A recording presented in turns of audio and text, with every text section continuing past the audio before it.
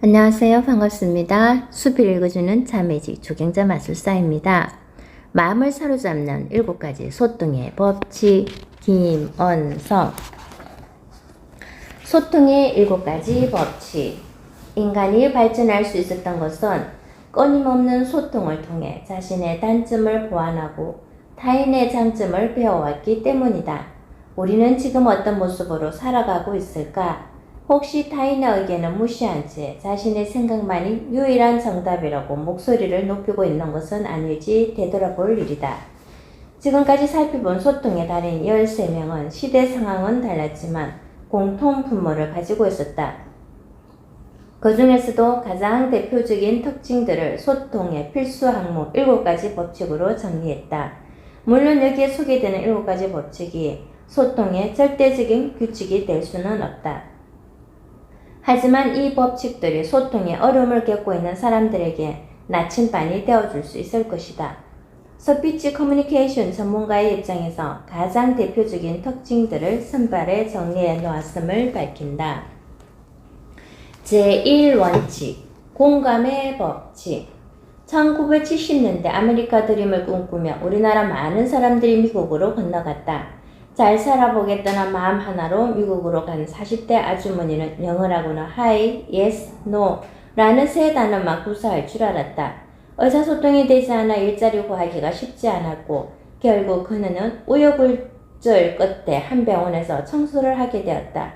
그런데 얼마 지나지 않아 그녀가 청소를 맡던 병실의 환자들의 상태가 급속도로 좋아지기 시작했다. 알고 보니 그녀가 침상에 누운 미국인들과 나눈 대화 때문이라는 것이 밝혀져 화제가 되었다. 영어를 못하는 그녀가 어떻게 미국인들과 대화를 나눌 수 있었을까?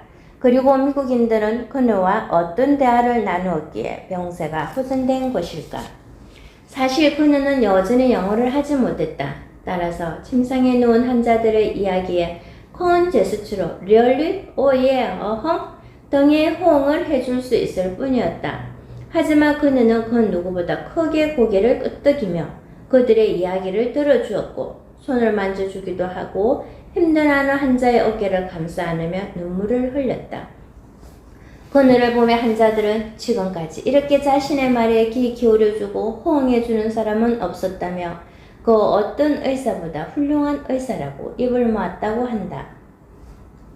완벽하게 대화를 할 수는 없었지만 그녀는 가슴으로 듣고 마음으로 대답하는 공감 능력이 뛰어났던 것이다. 다른 사람의 마음을 이해하며 공감대를 만드는 능력은 소통에서 가장 기본적이고 중요한 부분이다. 다른 사람과의 공감대가 형성되지 않으면 자신의 생각 역시 제대로 전달할 수 없다. 한 예로 전자부품을 파는 세일즈맨이 있다고 하자. 그는 어렵게 거래처 사장에게 15분이라는 소중한 시간을 약속받았다. 그런데 안타깝게도 그 거래처는 일주일 전에 다른 업체와 계약이 끝난 상태였다. 사장이 15분이라는 시간을 허락한 것은 계약 때문이 아니라 자신의 거절에도 불구하고 끊임없이 연락을 하는 세일즈맨의 성의 때문이었다. 이런 상황에서 15분의 시간을 제품 설명에 할애하는 것은 별 의미가 없다. 세일즈맨이 팸플릿을 꺼내들며 열성적으로 설명한다면 사장도 어쩔 수 없이 눈길은 주겠지만 건성으로 들으며 시간을 보낼 것이기 분명하다. 사장실에 들어간 세일즈맨은 책상 위에 놓인 사진 한 장을 보게 된다. 거래처 사장이 마라톤을 하고 있는 사진이다. 그는 기회를 놓치지 않고 마라톤을 좋아하는지 물어본다. 하지만 사장은 네 라고 퉁명스럽고 형식적으로 답한다. 세일즈맨은 이에 굴하지 않고 말을 이어간다. 혹시 사장님, 작년 춘천 마라톤 뛰셨나요? 저는 올해도 출전하는데. 그래요? 작년에 하프 뛰었지. 얼마나 뛰었어요? 저도 하프 뛰었는데요. 기록은 그리 좋지 않습니다. 마라톤이라는 공감대가 형성되었기 때문에 그들의 대화는 꼬리에 꼬리를 물고 이어진다. 하지만 결코 세일즈맨은 그날 제품을 팔 수는 없을 것이다. 이미 다른 곳과 거래가 끝났기 때문이다. 그러나 공감대 형성을 통해 관계가 형성되고 지속한다면 사업 파트너로서의 가능성도 생기게 된다. 주변에 인기 있는 사람을 보면 상대의 기분을 빠르게 파악하는 재능을 가지고 있다. 그들은 본능적으로 타인의 기분을 맞출 수 있는 공감 능력이 뛰어나다. 한때 삶의 벼랑 끝에 섰던 오프라가 지금처럼 영향력 있는 인물로 성공할 수 있었던 것은 결코 말을 많이 했기 때문이 아니다. 오히려 방송에 출연한 사람들의 마음을 열고 더 많은 말을 할 수 있도록 도왔을 뿐이라는 사실을 기억하자. 상대방을 알아야 한다. 지구상에 풀 한 포기, 나무 한 그루까지 그 어느 거 하나 똑같은 것은 없다. 모두 각기 다른 모습과 특성을 지니고 있는 것이다. 특히 60억이 넘는 사람들의 지문이 모두 다르듯 사람들의 성품과 기질 그리고 생각은 다르다. 상대방과 원활한 교감을 이루기 위해서는 무엇보다 상대방에 대해 많은 정보를 받는 것이 중요하다. 단순히 그 사람의 이름이나 직업뿐 아니라 그 사람이 처한 환경, 정신적 상태, 사회적 위치까지 이해할 때 비로소 진정한 소통이 이루어질 수 있다. 소통이 어렵다고 생각되는 대상일수록 적어도 한 가지 정도는 공통점을 찾아내야 공감대를 형성하기 쉽다. 상대방을 알기 위해서 우선 분석할 필요가 있다. 상대방을 분석하지 않고 대화하는 것은 이사갈 집에 가보지도 않고 계약하는 것과 마찬가지다. 이사 가기 전 집을 둘러보고 화장실 변기는 물이 새지 않는지, 보일러는 잘 돌아가는지, 벽지 상태는 어떤지 등 미리 점검해 보아야 하듯이 대화하기 전 상대방에 대한 탐색은 필수다.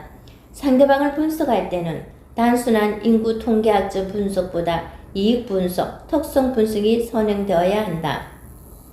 그리고 소통하는 사람들의 수, 성별, 연령, 출신, 학력, 교육 정도에 따라 접근 방법도 달라져야 한다. 상대방 분석, 청중 분석, 형태 분석, 특성 분석, 이익 분석. 형태 분석으로는 인구학 통계학적 특성이 있고 특성 분석은 이해 정도, 태도, 동기, 스타일. 이익 분석, 미충족 가치, 잠재 가치수. 10여 명 안팎에 적은 인원과 소통할 때는 최대한 가까이 앉아 눈을 맞추며 이야기하는 것이 좋다. 눈을 맞추는 행위는 상대방에 대한 이해와 공감을 포시하는 것이다. 특히 우호적인 반응을 하는 상대의 경우 대화 시간의 60, 70% 동안 눈을 맞춘다는 연구 결과도 있다. 이때 다소 사적인 이야기들로 언급하며 공감대를 형성하는 기술이 필요하다. 이야기가 끝났을 때는 그곳에 참석한 모든 사람들과 악수를 나누거나 가볍게 포옹을 하는 등의 스킨십을 하는 것이 좋다. 10마디 말보다 한 번 잡은 손의 온기가 서로의 유대감을 형성하는 데 더 효과적이기 때문이다. 성별과 나이에 따른 소통 방법 역시 달라져야 한다. 여성만 모인 자리에서 군대 이야기를 하는 것은 공감대 형성을 포기하는 것과 마찬가지이며 나이 많은 사람들이 모인 자리에서 죽음에 대한 이야기를 한다거나 청년들 앞에서 고령화 사회에 대해 이야기하는 것도 바람직하지 않다. 또 교육 수준이 낮은 사람들 앞에서 어려운 전문 용어나 영어를 남발하는 것 역시 하지 말아야 한다. 대부분의 소통의 달인들은 간결하고 쉬운 말로 청중에게 접근했다. 어려운 것을 쉽게 풀어내는 것, 그것이 바로 진짜 실력이다. 주사위는 던져졌다. 왔노라, 봤노라, 이겨노라 등의 짧고 굵은 명언을 남긴 카이사르의 표현은 단순 명료하다. 하지만 오늘날까지 회사될 정도로 강력한 인상을 남겼고 나이키사는 Just Do It 이라는 카피 한 줄로 전 세계의 자사 브랜드를 인지시켰다. 소통하고자 하는 내용에 대한 이해 정도나 태도에 따라 접근하는 방법 역시 달라야 한다. 내용에 대해 전혀 모르는 사람에게는 전후 사정과 배경을, 내용을 알고 있는 사람에게는 구체적인 대안이나 방법을 제시하는 것이 효과적이다. 말할 때의 태도 역시 중요하다. 어떤 사안에 대해 적대적인 청중에게 자신의 의견만 개진하려고 하면 반감만 불러온다. 상대방의 입장에서 생각해보고 조심스럽게 접근해야 한다. 그렇게 하기 위해서는 우선 화자의 호감도를 높이는 것이 중요하다. 사람들은 소속감이나 권력, 사랑에 반응한다. 그렇기 때문에 상대방이 어떤 동기를 가지고 있는지 파악하면 더 수월하게 설득할 수 있다. 어디에 소속되고 싶은 욕구가 있는지, 실업자의 경우는 구직 욕구가 크다. 어떤 힘을 누리고 싶은지, 직장에 다니는 사람이라면 성진하고자 하는 욕구가 있다. 어떤 관계를 맺고 싶은지, 인맥이나 애정에 따른 사람은 움직인다. 청중의 스타일도 중요하다. 직선적인 사람에게는 결과 중심으로 간략하게 얘기하는 것이 효과적이다. 분석적인 사람에게는 다양한 자료와 통계를 마음을 사로잡아야 한다. 정치적인 사람에게는 주변 사람들의 호응을 이끌어내서 분위기를 좋게 만드는 것이 필요하다. 또 소통을 잘하는 사람은 청중의 이익과 자신의 이익을 일치시키는 사람이다. 나의 가치와 상대방의 가치의 공통점을 발견하여 의제를 설정하고 강조하는 것이다. 소통을 잘하는 사람은 청중의 이익과 자신의 이익을 일치시킬 줄 안다. 여기서 자신의 이익이란 진정성 있는 관계이다.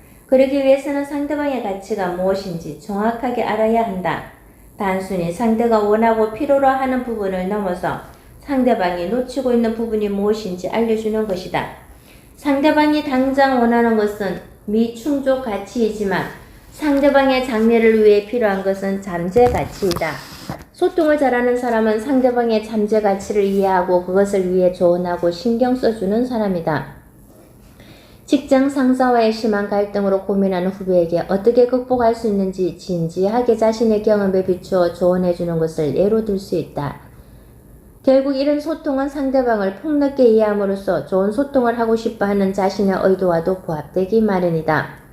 단순히 상대방이 지금 당장 필요로 하는 것만 제공하는 것 미충족 가치가 아니라 상대를 위한 진정한 조언, 잠재 가치가 지속된 관계의 밑거름이 되는 셈이다.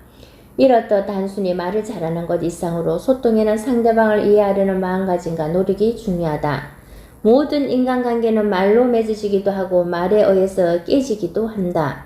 좁은 의미의 인간관계인 우정, 가족관계와 직장생활, 사회생활, 비즈니스 등 다양한 관계의 맺음은 원활한 소통에서 비롯된다고 해도 과언이 아니다. 곧 소통은 관심이며 관심은 상대방에 대한 분석과 연구에서 시작된다는 사실을 잊지 말아야 한다. 관계 형성의 시작, 자기 노출. 오바마는 2004년 민주당 전당대회를 통해 부모님의 이혼과 청소년 시절의 방황을 고백했고 오프라 원프리 역시 방송에서 자신이 미혼모였던 아픈 가게를 이야기했다. 이들에게는 자기 노출을 통해 관계를 형성하고 공감대를 만들었다는 공통점이 있다. 공감대를 형성하기 위해서는 차근차근 단계를 거쳐야 한다.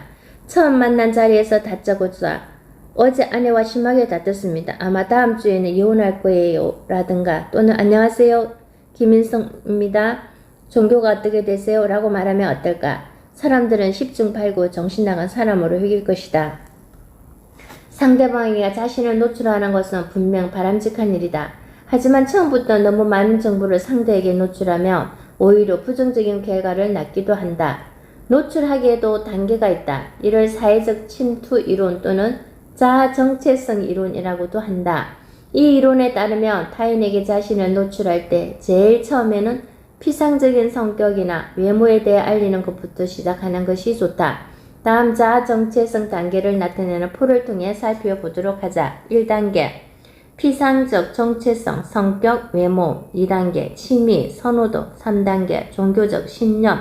4단계 나만의 목표, 단기적, 장기적 목표. 5단계 나만의 환상이나 두려움. 6단계 자아. 보통 우리는 첫인상을 통해 상대방의 성격을 짐작한다. 상대방에 대한 정보 없이 외모나 간단한 대화를 통해 아는 단계가 바로 1단계이다. 2단계에서는 상대방이 좋아하는 것에 관심을 갖게 된다. 상대방이 영화를 좋아한다고 하면 함께 영화로 강남하며 좀 더 발전된 관계로 진행되는 것이다. 그리고 3단계에 서로 공유할 수 있는 것이 바로 종교다. 자기 노출 4단계는 단기 목표와 장기 목표를 공유하는 것이다. 이때 목표는 추상적인 것이 아니라 갖고 싶은 자동차나 다니고 싶은 직장, 만나고 싶은 이성 등 구체적인 고민을 공유한다. 마지막으로 5단계는 그 누구에게도 이야기하지 않은 자신만의 비밀을 공유한다. 가족에게도 말하지 못했던 비밀을 공유함으로써 서로 강력한 유대감을 가질 수 있다. 이는 곧 당신을 믿는다는 신뢰의 표현이기 때문이다. 나, 셀프, 1. 나와 타인 모두 인식, 열린 자. 피드백 2. 타인은 인식, 나는 인식하지 못함, 눈먼 자. 3. 자기 노출, 나는 인식, 타인은 인식하지 못함, 숨겨진 자. 4. 나와 타인 모두 인식하지 못한 미지의 자. 이처럼 인간은 다른 사람과의 관계 속에서 자신의 위치를 파악하고 그 정체성을 확립하는 과정을 거친다. 그리고 이러한 인간관계 형성 과정의 메커니즘에 대한 여러 이론이 존재한다. 그 중에서도 대인관계의 상호작용에 대한 메커니즘을 이해하기 쉽게 설명한 이론은 조하리의 창, 심리학자인 조지프 루포트와 해리 잉엄이 나와 타인과의 관계 속에서 자아를 발견하는 심리학적 방법론으로 개발된 것이다. 조하리의 창 이론에 따르면 사람의 마음은 4가지 영역으로 구성되는데 사람에 따라서 각각 그 영역의 넓이가 다르며 그 차이가 개인의 인간관계의 차이를 가져온다고 한다.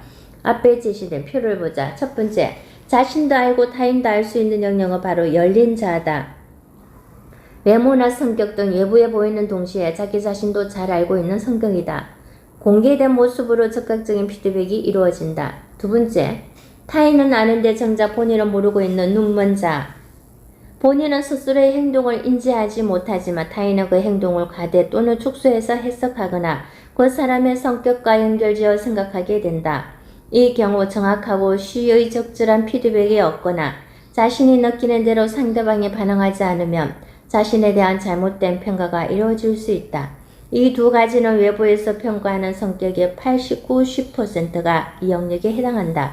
또 직장이나 조직에서 나에 대한 수집하는 데이터도 여기에 속한다. 세 번째, 자신만 알고 타인은 모르는 숨겨진 자아이다. 주로 집에서 표출되는 성격으로 직장에서도 이를 동일하게 표출하는 사람들도 있지만 대다수의 경우 집과 직장에서 표출되는 성격이 상반된다. 밖에서 쾌활하고 유머가 있는 사람이 집에 가면 무뚝뚝하고 말 한마디 하지 않는 사람이 되거나 반대로 집에 가서 쾌활하고 맹랑해지는 사람도 있다. 네 번째, 자기 자신도 알지 못하고 타인도 모르는 미지의 자아가 있다. 다소 어렵고 복잡하지만 이 이야기를 꺼낸 이유는 열린 자아를 늘리고 숨겨진 자아를 줄이는 과정이 바로 자아 노출이기 때문이다. 또한 눈먼 자아를 죽이는 피드백 역시 중요하다. 항상 같다고 생각하는 나를 바라보는 시각이 서로 다를 수 있고 또 주변 사람들 사이에도 나에 대해 다르게 생각할 수 있다. 그렇기 때문에 소통에서 가장 최우선적으로 해야 하는 것은 다른 사람과 자신의 시각 차이를 좁히는 것이다. 그렇기 때문에 다른 사람이 나를 어떻게 바라보고 있는지 점검할 필요가 있으며 스스로 어떤 사람인지 알 수 있도록 노력해야 한다. 같은 것을 본다고 해서 같은 생각을 할 수는 없다. 뜨거운 국물을 먹으면 시원하다고 말씀하시는 아버지의 표현을 이해하지 못한 어린 시절처럼 말이다. 한 예로 하늘에서 내리는 눈을 보며 아이처럼 좋아하는 사람이 있는 반면 차가 막히고 길이 지저분해진다는 이유로 불쾌하게 생각하는 사람도 있는 것이다. 어찌 보면 이는 당연한 현상이다.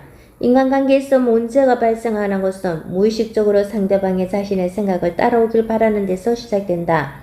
내 생각과 다른 것은 나쁜 것이라는 이분법적인 생각을 버리고 다양한 시각 차이를 인정하는 발상의 전환이 필요하다. 차이를 인정하고 공통점을 넓혀나가는 것, 그것이 바로 소통 제1법칙, 공감의 법칙이다. 제2법칙, 경청의 법칙.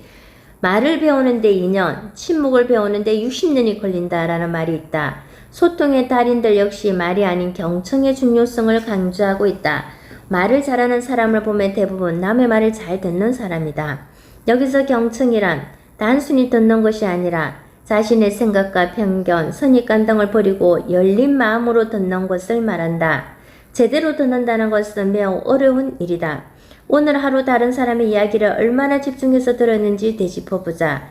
아침 출근길에 한 아내의 말, 회의 시간 부하 직원의 말, 학원에 갔다가 집에 돌아온 아이의 말, 무수한 말 중에서 여러분이 기억할 수 있는 것은 몇 가지나 되는가? 대략의 줄거리는 기억해도 정확하게 어떤 표현을 썼는지 기억하는 사람은 거의 없을 것이다. 하지만 아내와 부하 직원 아이와 제대로 소통하기 위해서는 어떤 말을 했는지 누구의 이야기를 했는지 잘 기억할 필요가 있다. 역사적으로 유명한 소통의 달인 중 경청의 진수를 보여준 사람은 소크라테스이다. 그는 자신의 주장을 먼저 제시하기보다는 상대방의 이야기를 자세히 듣고 질문을 통해 상대방의 스스로 진리를 알도록 유도했다. 고려의 서희 장군이 80만 대군을 이끌고 온 그란의 장군 소손영과의 팽팽한 신경전 속에도 평상심을 잃지 않고 최고의 협상을 이끌어낼 수 있었던 것은 모두 경청의 힘이다. 경청은 다른 사람을 위하는 첫 단추이자 성공적인 소통을 위한 중요한 요소인 셈이다. 이처럼 경청이 중요하다는 것을 잘 알면서도 우리는 왜 잘 듣지 못하는 것일까? 듣기의 방해 요인. 영국 히드로 공항에서 실제 있었던 일이다. 한 여자가 비행기 안에서 먹으려고 비싼 쿠키를 샀다. 비행기 탑승을 기다리고 있자 배가 고팠고 곧 조금 전에 산 쿠키가 생각났다. 그리고 테이블 위에 쿠키를 먹기 시작했다. 그런데 이게 어찌된 일인가? 옆자리에 앉은 말숙과 노신사가 자신의 쿠키를 먹고 있었다. 그녀는 화가 났지만 깔끔한 차림의 노신사에게 뭐라고 말을 해야 할지 몰라 꾹 참았다. 그녀가 할 수 있는 유일한 방법은 그 노신사보다 쿠키를 빨리 먹는 방법뿐이었다. 속 드러내 쿠키를 먹다 보니 쿠키는 달랑 하나만 남았다. 그녀는 노신사가 상식이 있다면 마지막 쿠키는 남겨둘 거라고 생각했지만 그녀의 마지막 기대는 여지없이 깨졌다. 노신사는 마지막 쿠키를 덥석 집더니 환하게 웃으며 두 조각으로 쪼개 한 조각은 그녀에게 그리고 나머지는 자신의 입에 넣었다. 그녀는 생각할수록 노신사의 행동에 화가 났다. 그녀는 더 이상 참을 수가 없었다. 자리를 박차고 일어나 다른 자리로 피했다. 그녀는 너무나 화가 났고 기가 막혔다. 비행기를 타면서까지 분이 가라앉지 않았다. 좌석에 앉아 조금 진정을 하고 쇼핑백을 칭칸에 올려놓는데 쿠키 봉지가 떨어지는 것이 아닌가. 여태껏 자신의 것이라고 생각했던 그 쿠키는 공고롭게도 노신사의 것이었다. 그녀는 다른 생각에 골똘한 나머지 무의식적으로 자신의 쿠키라고 판단한 것이다. 이렇다 일반적으로 자신의 판단에 따라 결정짓는 것은 모두 스키마, 외부 환경에 적응하도록 환경을 조작하는 감각적, 행동적, 인지적 지식과 기술을 통틀어 이루는 말에 의한 것이다. 자신이 산 쿠키와 같기 때문에 당연히 자신의 것이라고 믿는 여자에게 노신사가 자신의 것이라고 말한데 그녀는 처음에 믿지 않았을 것이다. 이런 일은 대부분의 사람들이 일상생활 중 자주 겪는다. 사람들은 모든 스키마를 가지고 있다. 이것은 자라온 환경, 교육 정도, 집안 분위기, 종교 등 오랜 시간을 거쳐 오매 형성된 지식체계로 다른 정보가 들어올 때 사람들은 스키마에 따라 판단한다. 특정 종교에 빠진 남자친구에게 큰 상처를 받은 여자에게 그 종교의 좋은 점에 대해 아무리 말해도 받아들이지 않는 것과 마찬가지다. 이 선택적 지각과 스키마는 경청의 가장 큰 적이다. 경주마가 앞만 보며 달리듯이 사람들은 자신의 스키마에 빠져 다른 사람이 말하는 것을 제대로 듣지 못하기 때문이다. 스키마와 함께 듣기에 가장 큰 방해 요인은 가치 투여이다. 상대방의 이야기를 마치기 전 자신의 생각으로 말하는 것이다. 부하 직원이 보고를 하고 있다. 야심차게 새로운 프로젝트에 대해 이야기하고 있는데 상사가 그건 좀 진부하지 않아? 라고 하면 부하 직원은 더 풍부한 내용을 말하지 못하고 상사 비유에 맞는 쪽으로 이야기를 수정한다.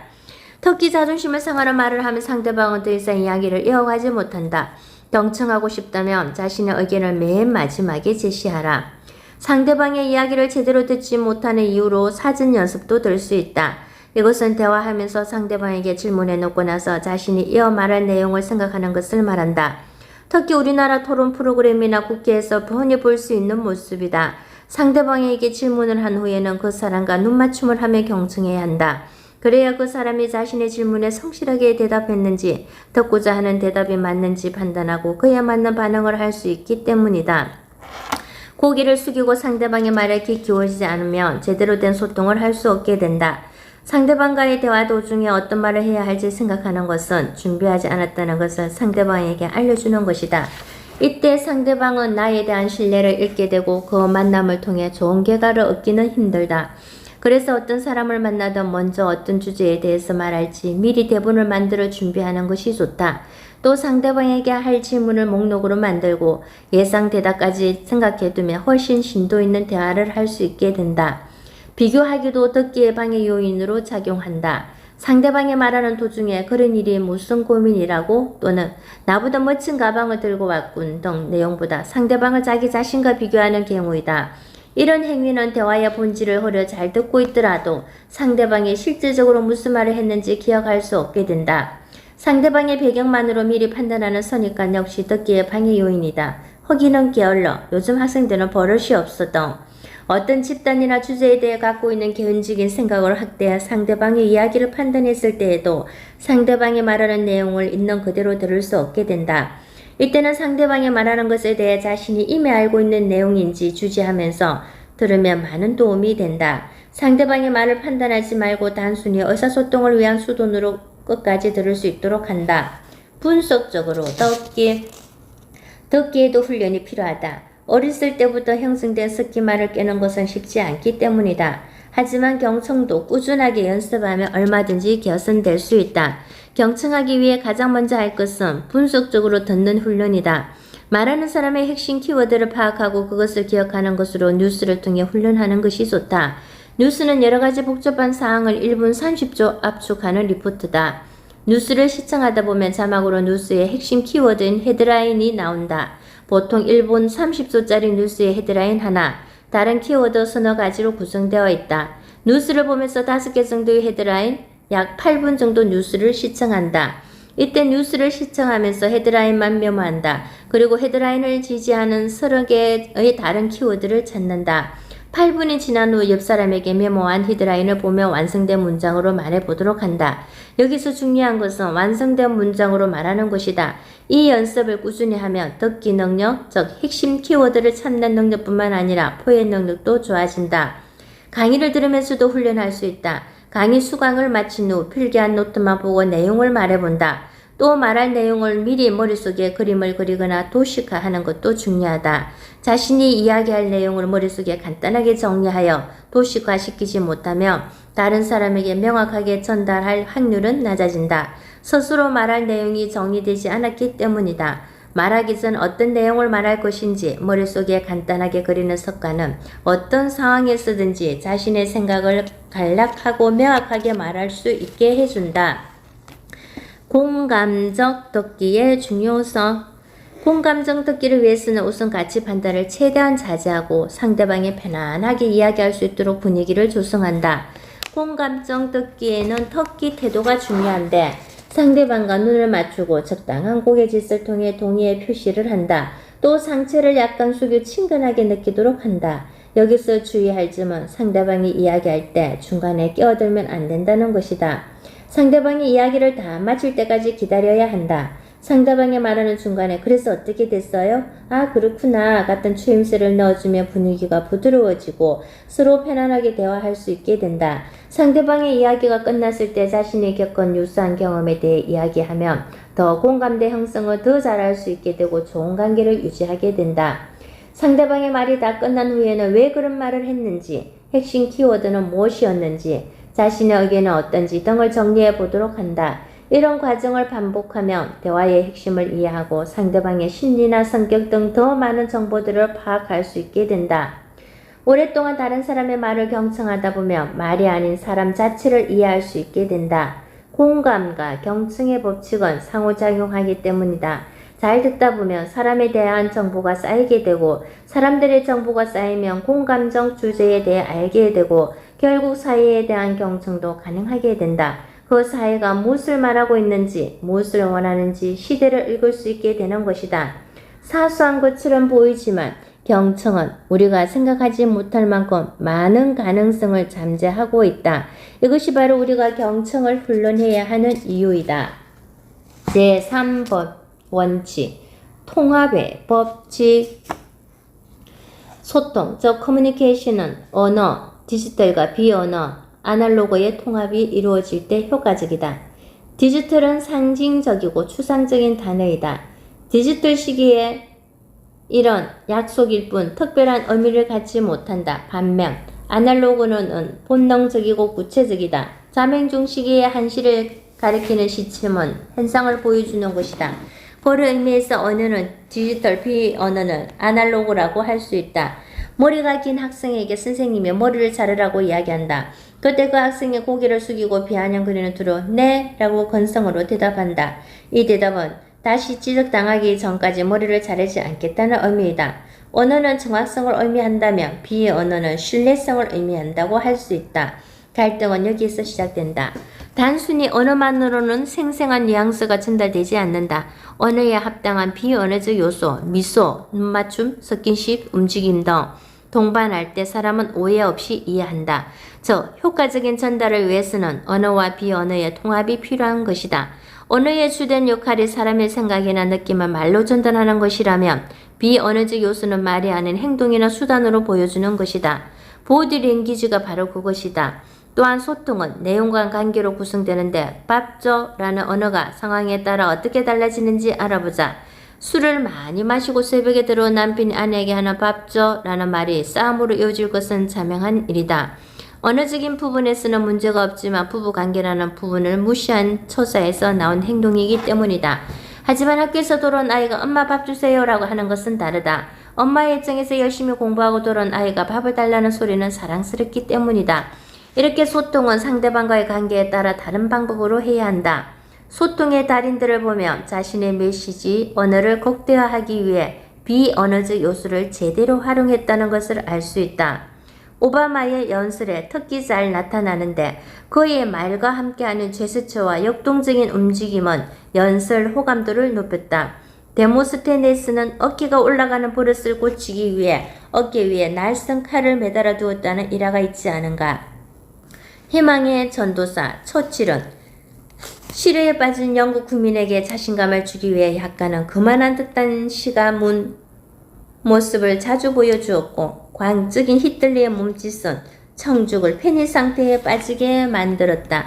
그의 탁월한 연설 구성 능력과 함께 점점 소리가 커지면서 함께 이루어지는 과장된 몸짓은 그의 극단적 메시지와 잘 어울린다.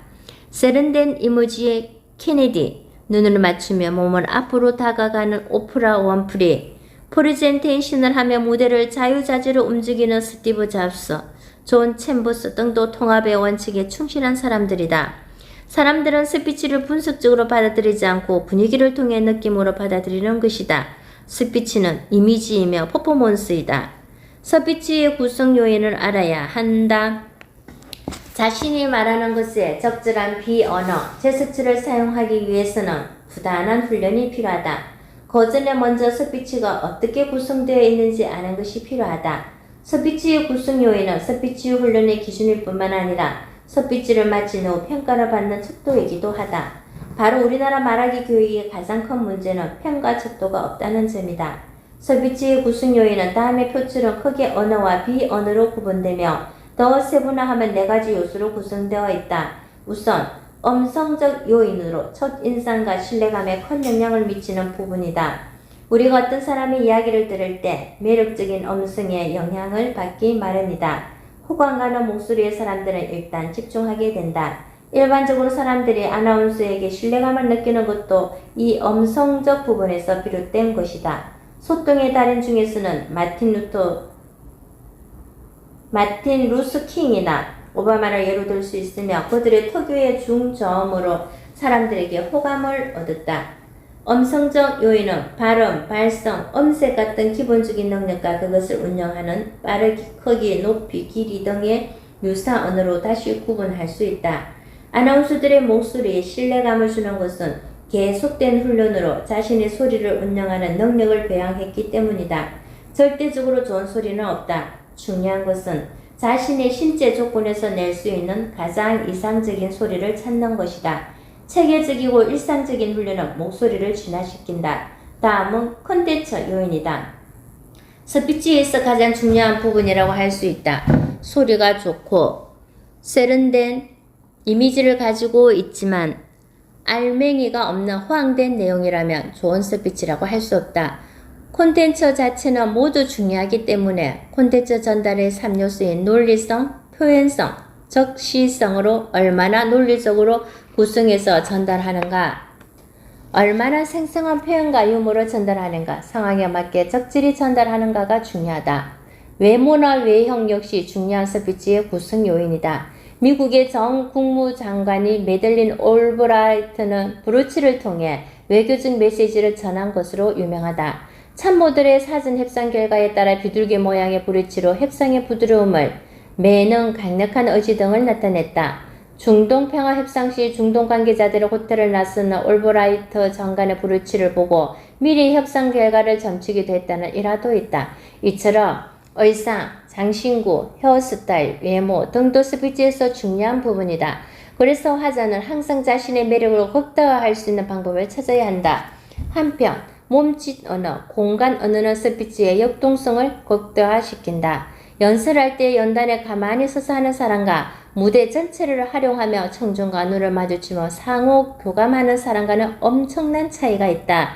적절한 자세와 제스처, 자신감 있는 움직임, 따뜻한 눈빛은 진정한 소통에 좋은 도구이다.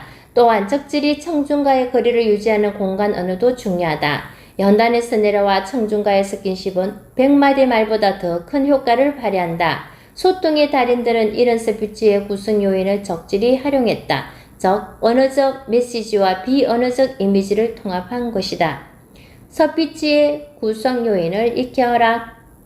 통합의 원칙에서 중요한 것은 적절성이다. 내용에 맞는 표정과 눈빛, 자세, 움직임 등이 필요하다.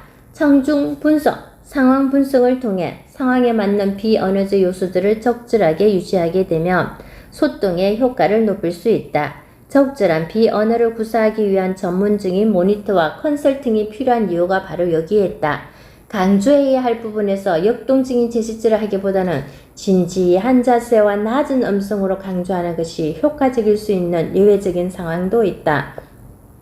또 언어와 비언어적 요소를 통합하는 것은 매우 상황 의존적이기 때문에 전반적인 분위기를 제대로 파악하고 접근해야 하는 어려움이 있다. 대화를 하다 보면 눈을 마주치지 못하고 손이나 발을 뜨는 사람들이 있다. 이는 대화의 집중도를 떨어뜨릴 뿐만 아니라 자신의 이미지를 나쁘게 만든다. 대화는 자연스럽게 해야 한다. 소통의 달인들처럼 말하기를 원한다면 캠코더로 녹화하여 자신의 모습을 모니터해보는 것이 좋다. 자신이 말할 때 표정은 어떤지, 자세는 어떤지, 대화 상대와 자연스럽게 대화하고 있는지 녹화된 화면을 보면 잘못된 점을 고치는 데 많은 도움이 된다. 언어와 비언어적 요소는 동시에 이루어져야 한다. 상대방의 말을 듣고 있다가 한참 뒤에 호응을 한다든가 연설 도중에 박수를 치는 등의 비언어적 요소가 이루어지는 것은 적절하지 못하다. 물론 극적인 강조하기를 위해 의도적으로 비언어적 요소를 먼저 하고 언어를 수반해도 된다. 하지만 일반적으로 언어와 비언어가 동시에 이루어질 때 자연스럽다. 그리고 자신의 의도가 효과적으로 전달될 수 있도록 언어와 비언어의 운용 방법을 생각해야 한다. 제4원칙, 스토리텔링의 법칙. 스토리텔링의 중요성이 강조된 것은 어제 오늘의 일이 아니며 이미 우리 일상 깊숙이 스며들었다. 스토리텔링은 말 그대로 이야기를 들려주는 행위에 지나지 않는다. 그런데 그 작은 행위가 가진 힘은 상상을 초월한다. 덴마크의 미래학자 롤프 옌센은 스토리텔링의 중요성에 대해 이렇게 정의했다. 디즈니는 구석기 시대의 원시인부터 안데르센의 동화를 거쳐 인디언 소녀의 삶을 이르기까지 수없이 다양한 이야기들을 수만 가지 상품으로 만들어왔다. 그리고 이 이야기들을 전 세계에 판매해 막대한 이윤을 올리고 있다. 사실 2006년 디즈니 총 매출은 353억 달러로 세계 1위 반도체 기업인 인텔의 총 매출인 315억 달러를 추월했다. 이것이 바로 스토리텔링의 힘이다. 텔레비전 광고에서도 스토리텔링이 유행하고 있는데 최근 큰 인기를 얻고 있는 한 통신사 광고인 오주 상사 영업팀 시리즈는 셀러리맨들의 일상을 따뜻하게 그리는 호평을 받고 있다. 이처럼 스토리는 청중의 긴장을 풀어줄 뿐만 아니라 공감대를 형성하는 데 안성맞춤이다. 그동안 스토리텔링이라고 하면 주로 이야기 구조를 어떻게 짜는가에 집중했다면 현재는 어떻게 자연스럽게 전달할지도 중요해졌다. 이야기는 기억에 오래 남는다. 경영 컨설턴트로 유명한 데일 카네기가 미국 기업가들에게 성공의 비결을 스피치할 때였다. 그는 2명의 대학 동창생을 예로 들어 이야기했다. 한 학생은 대학을 졸업할 때 자신을 대단히 중요한 사람으로 여겨 말단 사원에서 시작해 계단식으로 승진하는 일반적인 기업에 입사하길 거부했다.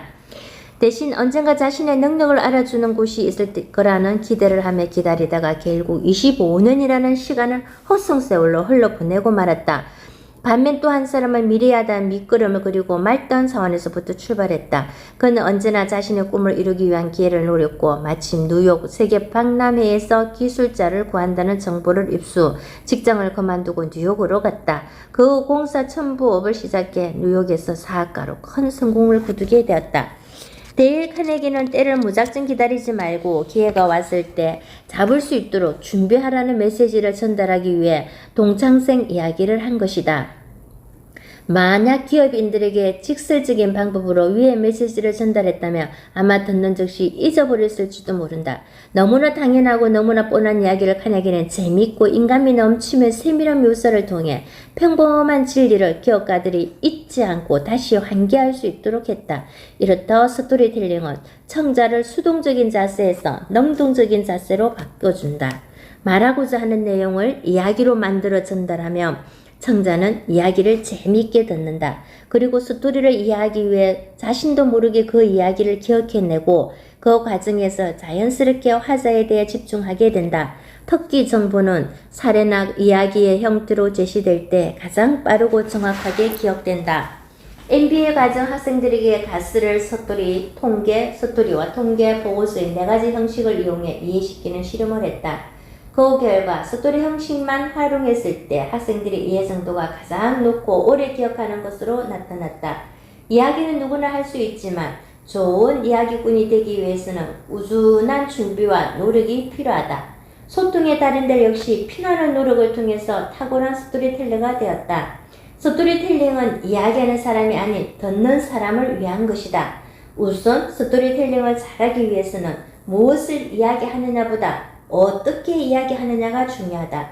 특히 오바마는 자연스럽게 메시지를 전달하기 위해 자신의 이야기나 주변의 사례를 적절히 활용했고 예수의 경우 무화과나무, 포도나무, 양치기, 도두 같은 일상적 용어를 은유적으로 스토리텔링을 해 극적인 효과를 누렸다.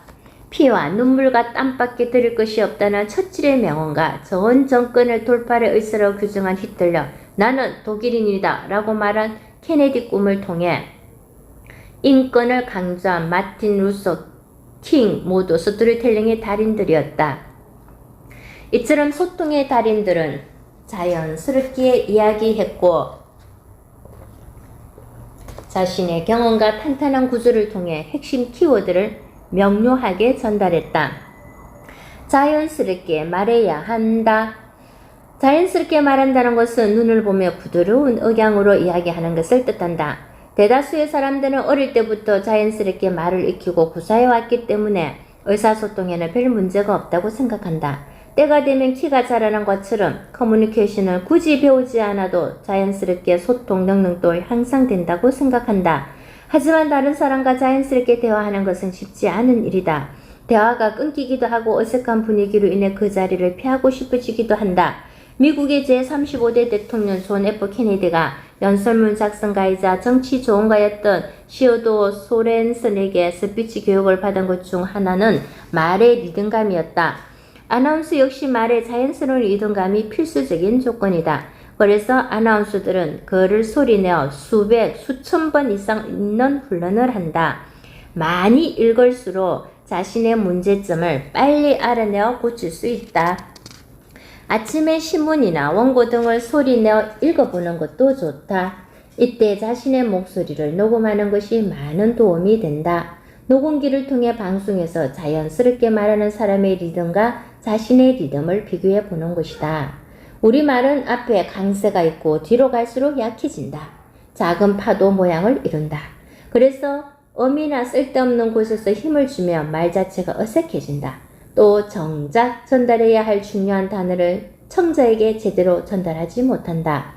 표준어를 사용하는 사람이 사투리를 들으면 처음에는 상대방이 무슨 말을 하는지 잘 알아듣지 못하는 경우가 있다. 이는 바로 사투리의 억양 때문이다. 그렇기 때문에 연설이나 프레젠테이션을 할 때에도 강조할 부분에서만 강세를 주거나 말의 속도를 조절하는 것이 필요하다.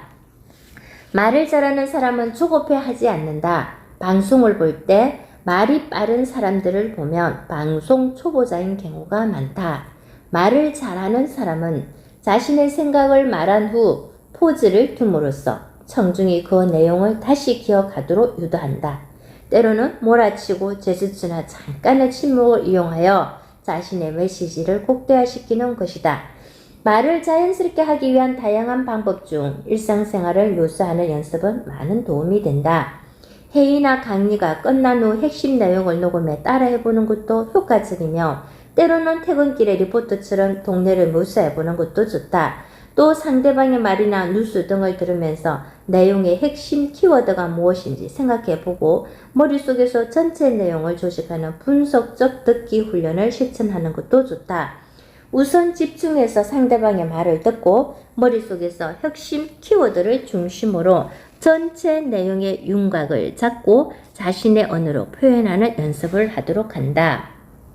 사례와 구조는 필수적이다. 정보가 차고 넘치는 세상이다. 누구나 인터넷에 들어가면 많은 자료를 공개적으로 접할 수 있고 콘텐츠를 생산해낼 수도 있다. 다시 말해서 정보 생산자와 공급자의 경계가 모호해졌다. 하지만 인터넷에 떠도는 단편적인 정보들은 이야기라기보다는 콘텐츠 혹은 데이터에 불과하다. 따라서 이를 공통된 주제 아래 하나의 카테고리로 묶는 과정이 필요하다. 이때 객관적인 자료와 수치로 가득 차면 논리적이긴 하지만 건조하기 거지없는 내용이 되고 만다. 여기에 주제와 연관된 개인적인 경험을 바탕으로 스토리를 넣으면 청중에게 쉽게 다가갈 수 있고 재미있어 몰입도를 높일 수 있다. 이야기할 소재가 많다는 것은 돈으로 책정할 수 없는 큰 재산이다. 만약 평범한 인생을 살아서 별 이야기가 없다면 주위 사람에게 관심을 돌려라. 주변의 사람이나 사물만 주의 깊게 살펴봐도 많은 이야기거리를 얻을 수 있다. 스토리텔링에서 사례만큼 중요한 것이 바로 짜임새 있는 구조다. 미국의 제16대 대통령 에이브러햄 링컨의 게티저버거의 연설은 2분여에 불과했지만 짜임새 있는 구조를 가지고 있다. 미국의 탄생, 국가를 지키기 위해 희생당한 사람들의 죽음, 그들의 죽음을 기르는 자리에서 새로운 가치의 재탄생 등이 그것이다. 탄생, 죽음, 재탄생이라는 3단 구조를 가지고 있는 것이다. 스티브 잡스도 감성적 접근, 이성적 접근, 감성적 접근의 3단 구조를 즐겨 사용한다. 감성적으로 사람의 집중도를 높인 후 이성적으로 설득하고 마지막으로 강력한 이미지로 사람들이 기억하도록 만든다. 오바마의 연설 역시 짜임새 있는 구조를 가지고 있다. 그는 현재의 문제점을 지적하고 이를 극복하기 위한 여러 방안들을 나열한다. 그 중심에는 통합과 변화에 대한 의지가 필요하다고 역설하며 그에 상응하는 사례를 제시하는 구조다. 사례, 문제제기, 대안제시, 사례, 구조를 즐겨 쓴다. 대부분의 사람들은 아무리 많은 이야기를 듣더라도 처음과 끝은 기억한다. 그래서 연설 잘하는 사람들의 경우 서론과 결론을 중시하는 2단 구성으로 연설을 준비한다. 요즘 프레젠테이션을 보면 서두의 추진 경위와 서론을 이야기하기보다는 한 페이지 기획안을 사용한다. 즉, 한 장의 슬라이드에 이야기할 중요 메시지를 담는 것이다. 단순히 테스트를 담는 것이 아니라 상징적 사진, 조감도 등을 제시하여 이 프레젠테이션의 핵심을 보여주도록 한다. 이 밖에도 시간적 순수에 따를 것인지 공간적 순수에 따를 것인지 혹은 문제 해결, 문제 제기 대안, 인간관계, 원인 결과, 소재별, 모둠별, 각각 독립적인 내용의 연결, 점청식, 쉬운 곳에서 어려운 곳으로 방금 등 어떤 스타일로 이야기를 풀어나갈 것인지 고민해야 한다. 논리적인 구조로 형성된 이야기는 다른 자신이 어떤 말을 하는지 명확하게 청자에게 전달할 수 있다. 만약 이야기만 있고 적절한 구조가 빠지게 되면 중언부언 파없는 찐빵이 되고 만다.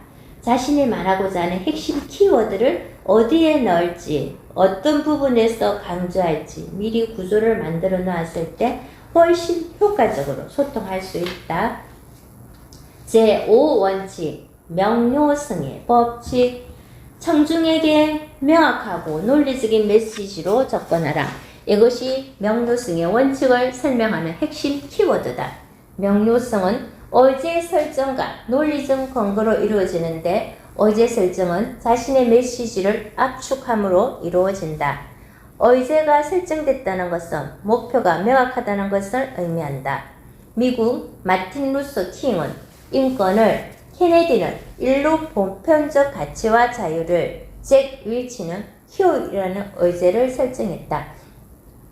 소크라테스의 삼파술 역시 목표가 분명한 대화법이다. 얼핏 보면 상대방이 스스로 답을 찾아 나가는 것처럼 보이지만 이 과정에는 이미 소크라테스의 의도된 목적성이 있는 것이다. 이런 목적성은 명확하고 간결한 내용을 만들어낸다. 스스로 가치를 부여하라. 미국의 정치 전문 저널리스트인 셔도 화이트는 미국에서 언론의 위력은 대단한 것이다. 그것은 공중토론의 의제를 제공하며 이 대단한 정치적 힘은 어떤 법률에 의해서도 방해받지 않는다. 언론은 사람들이 무엇을 이야기하고 생각할 것인가를 결정한다.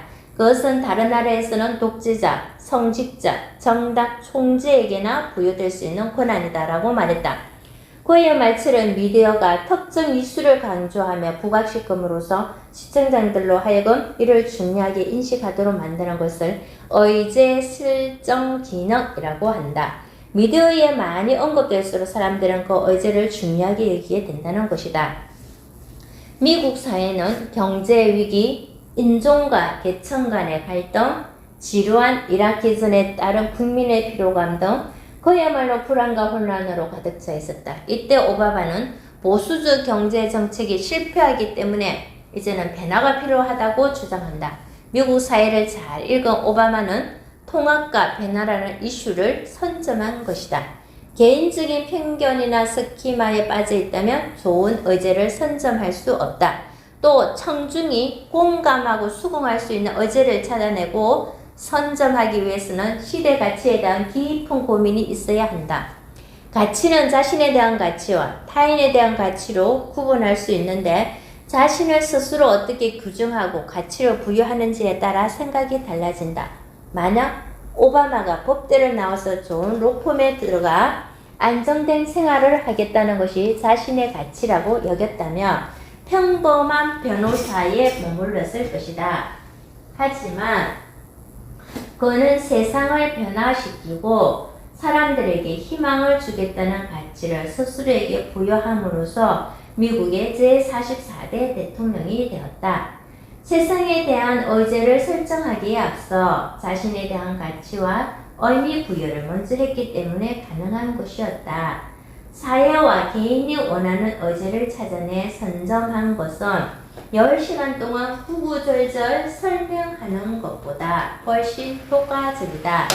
상대를 이해한 의제와 가치는 상대방의 마음속에 큰 울림이 되기 때문이다. 명료성은 풍부한 콘텐츠에서 나온다. 의제 선정을 하기 위해서는 다양한 조사를 통한 풍부한 콘텐츠 준비가 선양되어야 한다. 많은 정보를 압축했을 때 빛을 발하는 것이다. 빈약한 정보를 압축했을 때는 그만큼 설득력이 떨어질 수밖에 없다. 좋은 강연회가에서 찾아갔는데 강사가 쓸데없는 얘기만 해서 정작 듣고 싶은 내용을 듣지 못하고 돌아올 때가 있다. 처음엔 기대에 부풀어 강연에 약하지만 시간이 흐를수록 강사의 말에 집중하기 어렵고 점점 지루해지는 것은 콘텐츠가 부족하기 때문이다. 말을 잘하는 사람들은 항상 좋은 콘텐츠를 많이 확보하고 있다. 어떤 사람을 만나든지 막힘없이 대화할 수 있는 것은 그 사람이 이미 많은 지식을 가지고 있기 때문에 가능한 것이다.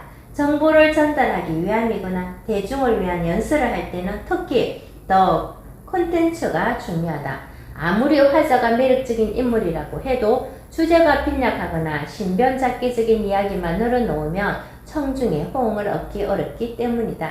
좋은 콘텐츠, 다양한 콘텐츠를 구성하기 위해서는 우선 많은 경험을 해야 한다. 직접적인 경험이 어려운 상황이라면 독서나 전문가를 만나서 이야기를 들어 간접적인 경험이라도 풍부하게 하는 것이 좋다. 오프라 윈프리의 경우 어렸을 때부터 읽었던 많은 책들을 통해 좋은 아이디어를 내기도 하고 다양한 분야에 종사하는 초대 손님과도 막힘없이 대화할 수 있는 토대를 만들었다고 한다. 지금은 오프라 북클럽을 통해 미국 국민들에게 좋은 책을 소개하고 있을 정도이다.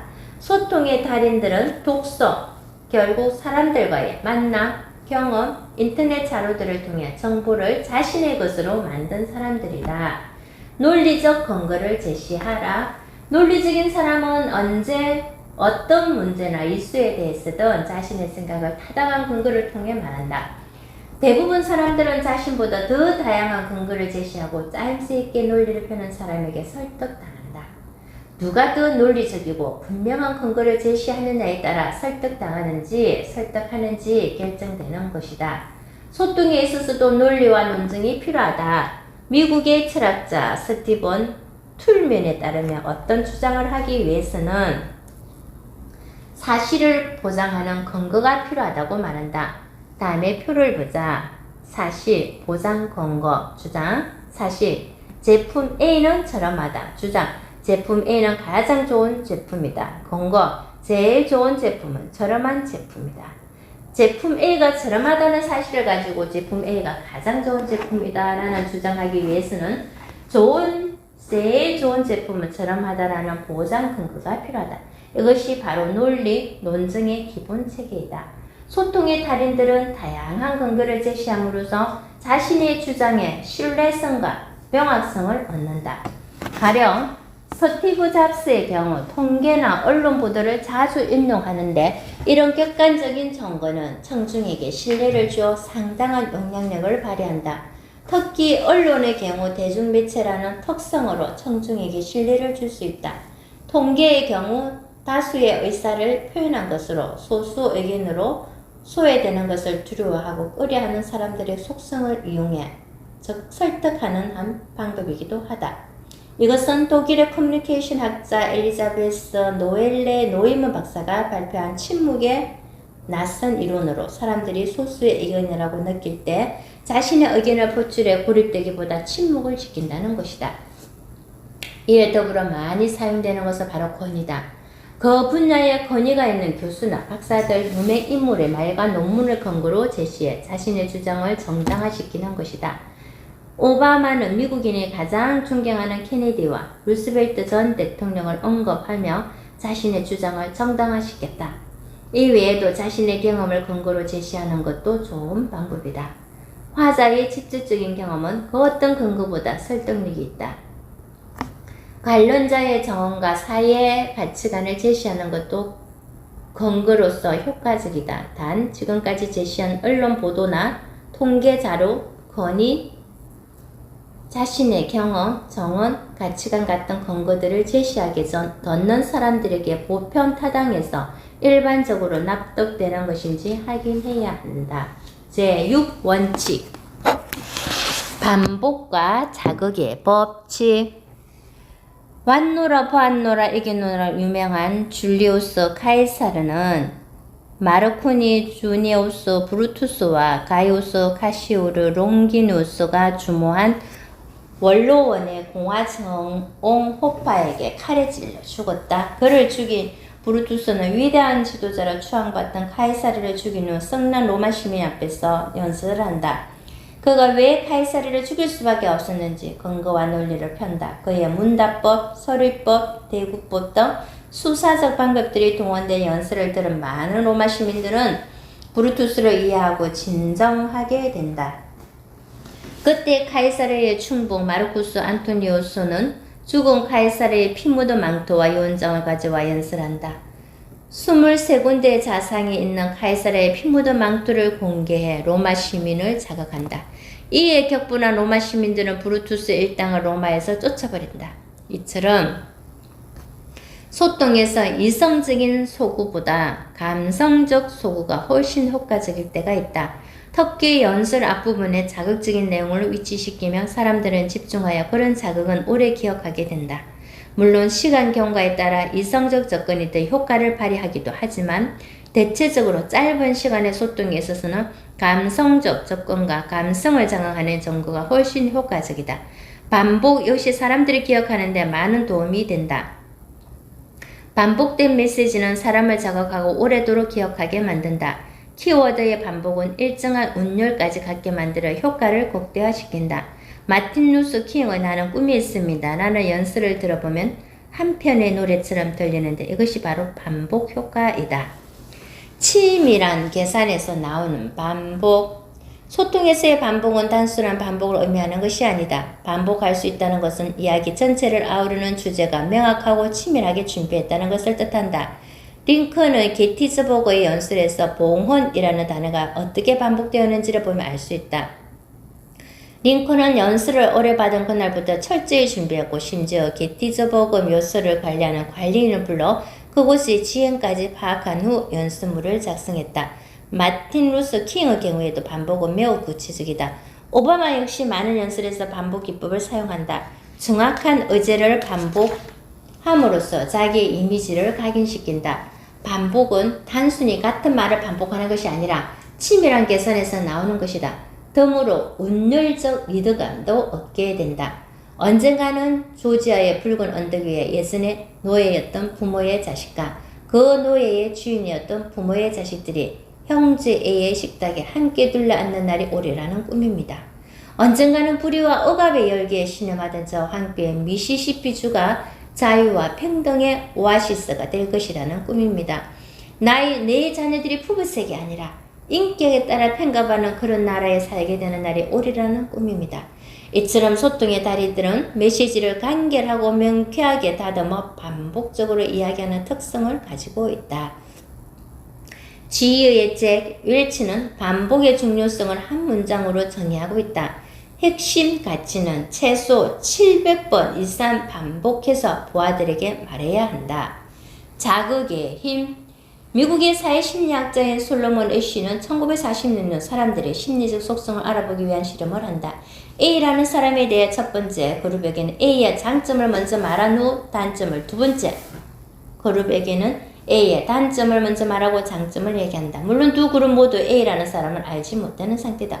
그리고 A라는 사람의 인상이 어떤지 두 그룹에게 질문하는 실험을 했다.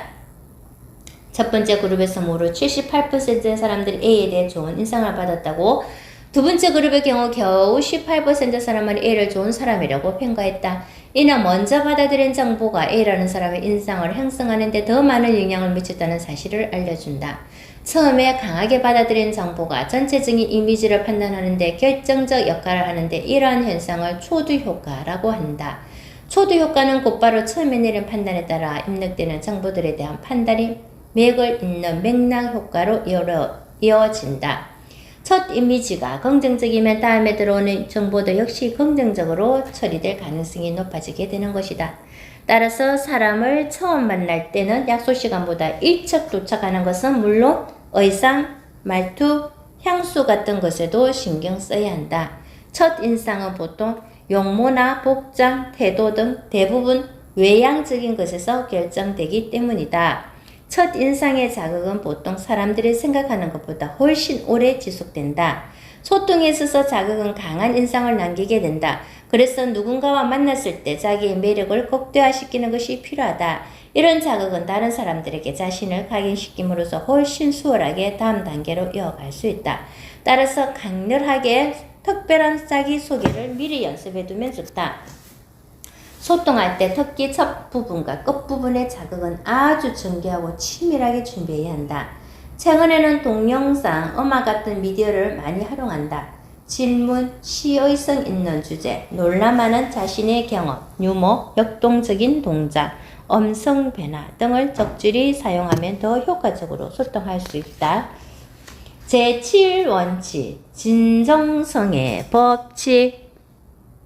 공감의 법칙이 소통의 기본이라면 진정성의 법칙은 소통의 완성이자 바탕이라 할 수 있다.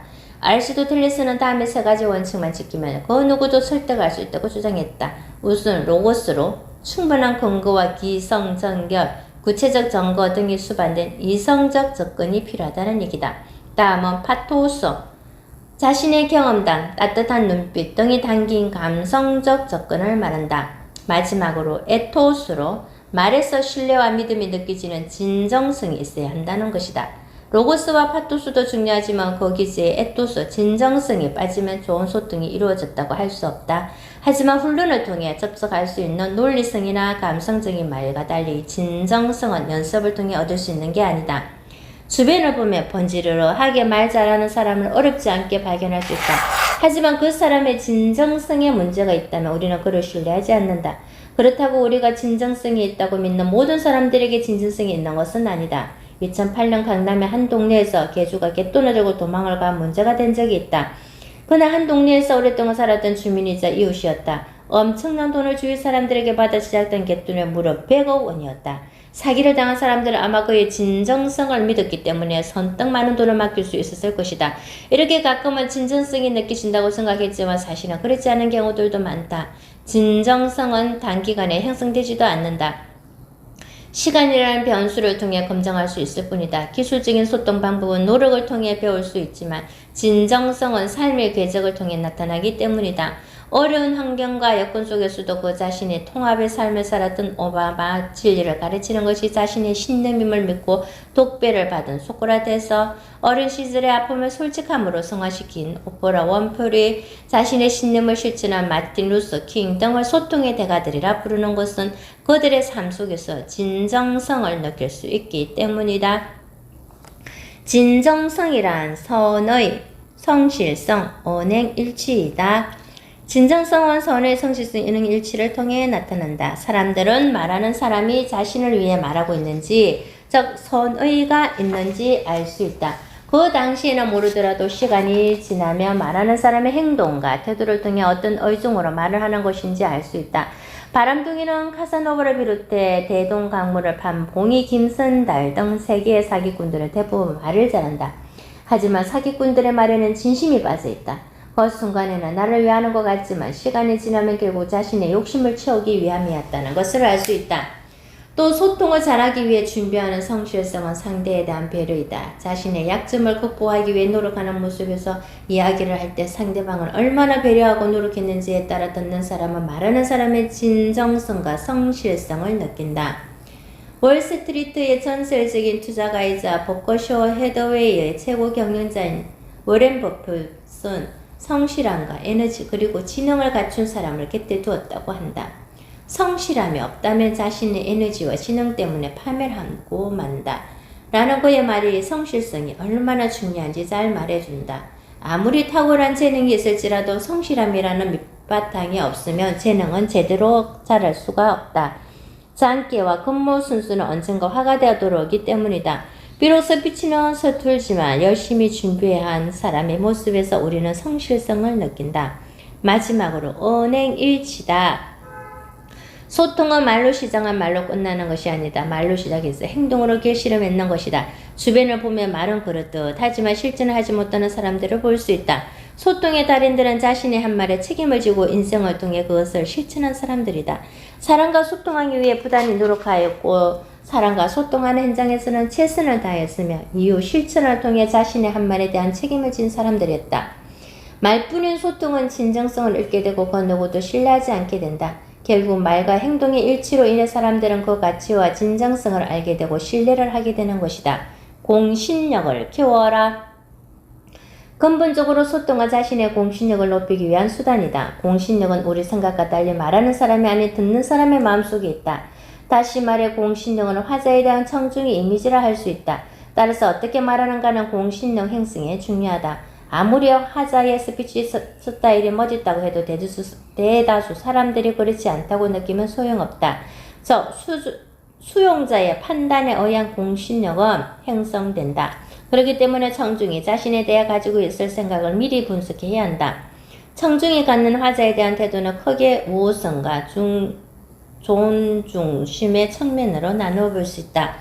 우호성이란 청중이 화자를 얼마나 친근하게 느끼나에 나타나는 것으로 우호성이 높은 청중이 화자를 친근하게 생각하고 우호성이 낮은 청중은 화자를 적대시한다. 따라서 우호성이 높은 청중을 상대할 때는 그들의 우호적인 감정을 더욱 고취시키는 방향으로 소통을 이끌어야 하며 우호성이 낮은 청중을 대할 때는 감정적 측면보다 이성적 논리를 중심으로 이끌어내야 한다. 존중심이란 청중이 화자를 얼마나 높게 평가하느냐를 가리키는 것이다. 공신력이 높은 연사는 청중으로부터 존중받게 되지만 낮으면 존중받기 힘들다. 따라서 청중이 화자 자신을 존중하게 만들기 위해서는 무엇보다 공신력을 쌓아야 한다. 공신력은 능력과 자질, 지식, 경험이나 판단력을 통칭하는 전문성, 인격이나 도덕성 등을 가리키는 신뢰성, 얼마나 여성적으로 열정을 보여주는지를 나타내는 역동성의 세 가지 요소로 구성된다. 이런 공신력은 앞에 제시한 13명의 소통의 달인들이 가지고 있는 특징이라고 할 수 있다. 이는 화자 자신이 어떤 노력을 했는지에 따라 향상시킬 수 있다. 공신력의 경우 평성을 두고 기를 수 있도록 노력해야 하는 것이다. 하지만 코앞에 닥친 프레젠테이션이 있다고 상대방에게 신뢰와 진실성을 보여줄 수 있는 공신력을 포기할 수는 없다. 짧은 기간 안에 공신력을 높일 수 있는 방법 몇 가지를 알아보자. 우선 전문성을 높이기 위해서는 사례나 구체적인 건기를 제시하도록 한다. 기성전결이나 3단 구조, 2단 구조를 활용해 짜임새 있게 스피치 내용을 구성한다. 신뢰성은 수용자가 화제를 친근하고 따뜻하게 느낄 수 있게 만드는 것으로 자신의 경험담을 이야기하고 감정에 호소하는 실화를 중심으로 언급하도록 한다. 통계, 정확한 수치 같은 객관적인 사실은 특히 출처가 확실한 자료들로 선별해야 한다. 예로 든 사람의 이름을 틀리게 말하거나 다른 수치, 날짜의 부정확성은 화제에 대한 신뢰도를 떨어뜨린다. 또 센스 있는 말과 환하게 웃는 모습은 사람들에게 좋은 이미지를 만들어주어 매력적이게 보이게 한다. 앞서 본 소통의 달인들은 세상과 사람에 대한 관심으로 시각을 풍부하게 만들었다. 만약 그들에게 진정성이 없었다면 그들의 연설은 대중을 혼란스럽게 만드는 선동에 그쳤을 것이다. 얕은 소통은 누구나 할 수 있다. 하지만 진정성, 관심을 통한 소통은 자기를 돌아보고 반성하는 그 시점부터 가능하다. 우리 시대 소통의 달인들이 넘쳐나길 기대해 본다.